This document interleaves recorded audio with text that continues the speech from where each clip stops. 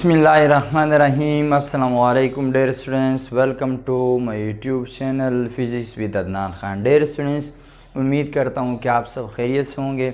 आज जो हमारा लेक्चर है, जो टॉपिक है, आज हम समझने जा रहे हैं ग्रेविटेशनल कांस्टेंट को। ठीक है डियर स्टूडेंट्स, यानी हमने चैप्टर नंबर 5 जो ग्रेविटेशन का चैप्टर था नॉन फिज़िक्स का, उसको कंटिन्यू किया था।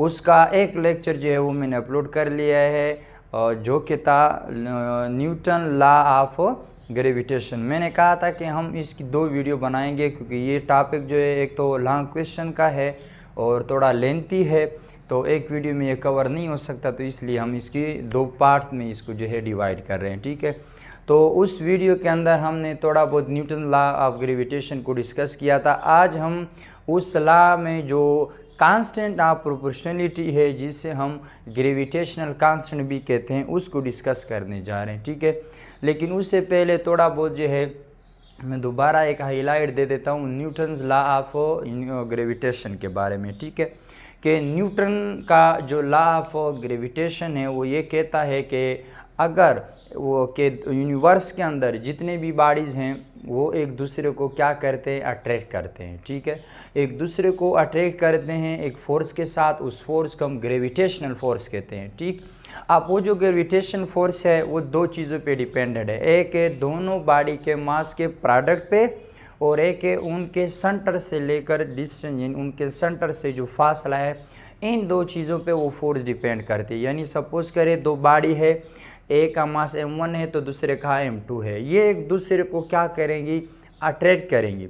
अब एक तो इनके मासेस और एक इनके सेंटर से जो फासला है, इन 2 चीज़ों पे जो अट्रैक्शन फोर्स है ये डिपेंड करेगी, जिसको ग्रेविटेशन फोर्स हम कहते हैं। ठीक है, तो यूनिवर्सल लॉ यानी जो न्यूटन का लॉ ऑफ ग्रेविटेशन है वो बड़ा सिंपल था कि अगर यूनिवर्स में, यानी यूनिवर्स के अंदर जो 2 बॉडीज़ हैं वो एक दूसरे पर फोर्स लगाती हैं, ये जो फोर्स है वो 2 फैक्टर पे डिपेंड करती है। एक तो उनके दोनों के मासेस के ऊपर, और एक उनके दरमियान का जो डिस्टेंस है उसके स्क्वायर के ऊपर। ठीक, तो हमने ये फिर इक्वेशन एक डिराइव्ड की थी कि वो फोर्स के फैक्टर्स क्या होंगे, उस फोर्स को हम कैसे कैलकुलेट करेंगे, उस फोर्स के लिए फार्मूला क्या है, ये हमने न्यूटन का जो लॉ ऑफ ग्रेविटेशन है वो हमें ये फार्मूला देता है। ठीक है, अच्छा, अब वो बाकायदा हमने कैलकुलेट किया था कि एफ जो है directly proportional to the product of m1 m2 and inversely proportional to the square of the distance between them.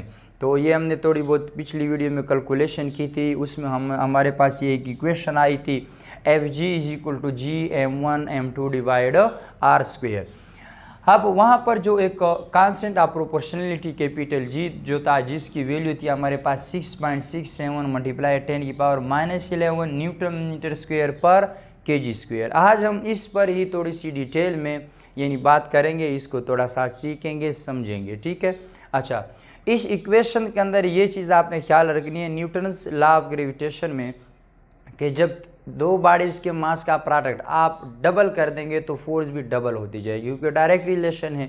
इसी तरह अगर उनके दरमियान का जो डिस्टेंस है आप उसको कम करेंगे तो फोर्स जो है वो ज़्यादा होती जाएगी। ठीक, तो ये इक्वेशन आपको बताता है, इस पर आपने बाकायदा प्रैक्टिस भी करनी है। ठीक है, यानी आप बाकायदा क्या करेंगे, इसमें कोई एक मास को आप डबल कर दें या दोनों के प्रोडक्ट को आप डबल कर दें, फिर फोर्स दे के आया डबल हुई या इंक्रीज़ हुई या डिक्रीज़ हुई, तो इसकी थोड़ी सी जो है कैलकुलेशन है, लेकिन वीडियो काफ़ी जो है हाई लेंथी हो जाएगी, इसलिए मैंने यहाँ पर डायरेक्ट जी जो ग्रेविटेशनल कांस्टेंट है उसको डिस्कशन जो है उस पर ये वीडियो जो है हम बनाने जा रहे हैं। ठीक है, तो जब मासेस को डबल कर देंगे फोर्स डबल हो जाएगा, यानी increase 2 time. If we increase the product of the 2 forces and the force also will be increases. इसी तरह द डिस्टेंस बिटवीन 2 मासेस जो है अगर आप इसको डबल कर दे then the force decreases 2 time. ठीक है, अच्छा जी, तो ये जी जो है इसको हम ग्रेविटेशनल कांस्टेंट कहते हैं। ये प्रोपोर्शनलिटी जो है यानी इसको ख़त्म करते हैं तो हम इसकी जगह ये कैपिटल जी लगाते हैं, जिसकी वैल्यू होती है 6.67 मल्टीप्लाई 10⁻11 न्यूटन मीटर स्क्वायर पर केजी स्क्वायर। अब ये खुद ब खुद नहीं आई, बल्कि इसको बाकायदा कैलकुलेट किया गया। ठीक है, जिस पर्सन ने इसको कैलकुलेट किया या डिस्कवर किया, डिस्कवर बाय उसको लॉर्ड हेनरी कैवेंडिश कहते हैं, जिसने यानी जिन्होंने 1698 के अंदर यानी ये जो जी की वैल्यू है इसको बाकायदा एक्सपेरिमेंट के ज़रिए कैलकुलेट किया। और वो एक्सपेरिमेंट क्या कहलाता है, उस एक्सपेरिमेंट को कन्वर्जेंस एक्सपेरिमेंट कहते हैं या उसको टोरिजन बैलेंस एक्सपेरिमेंट भी कहते हैं। ठीक है, तो ये वो पर्सन्स थे जिन्होंने 1798 के अंदर इस जी की बाकायदा वैल्यू को कैलकुलेट किया बाकायदा एक्सपेरिमेंट के ज़रिए। ठीक है, अच्छा आगे, अब ये जो जी की वैल्यू है 6.67 मल्टीप्लाई 10 की पावर -11, ये it does not depends on the medium vacuum air water concrete ETC between the two object bodies. यानी अगर दो बॉडीज़ हैं उनके दरमियान कोई भी मीडियम हम रख दे उस पर ये डिपेंड नहीं करता। कैपिटल जी की जो वैल्यू ये उस पर डिपेंड नहीं करता। ये MCQs है, चाहे उसमें हवा हो, चाहे वैक्यूम हो, चाहे पानी हो, चाहे कोई कंक्रीट हो, कोई भी मीडियम दरमियान में रख देंगे तो वो उससे ये जी की जो वैल्यू ये अफेक्ट नहीं होगी। अच्छा, अब ये जी की जो वैल्यू है इसकी यूनिट जो है उसको यानी यहाँ पर देखिए यूनिट हमने लिखी है न्यूटन मीटर स्क्वायर पर केजी स्क्वायर। इसको भी थोड़ा बहुत कैलकुलेट करना होता है ये यूनिट कैसे आता है, तो यहाँ पर मैंने हेडिंग दी है यूनिट ऑफ जी।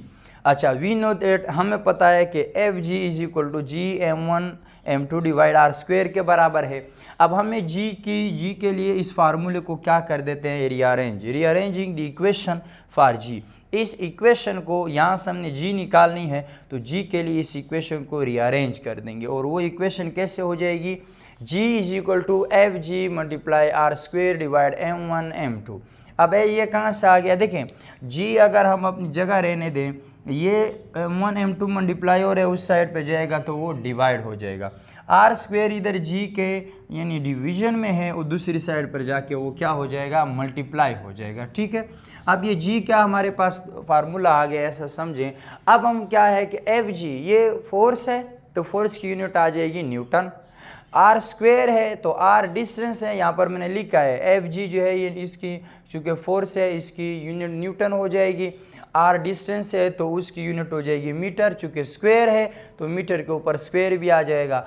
मास ये भी मास है ये भी मास है तो इसकी यूनिट भी kg और इसकी यूनिट भी kg, यहाँ पर मैंने लिखा है m is equal to kg।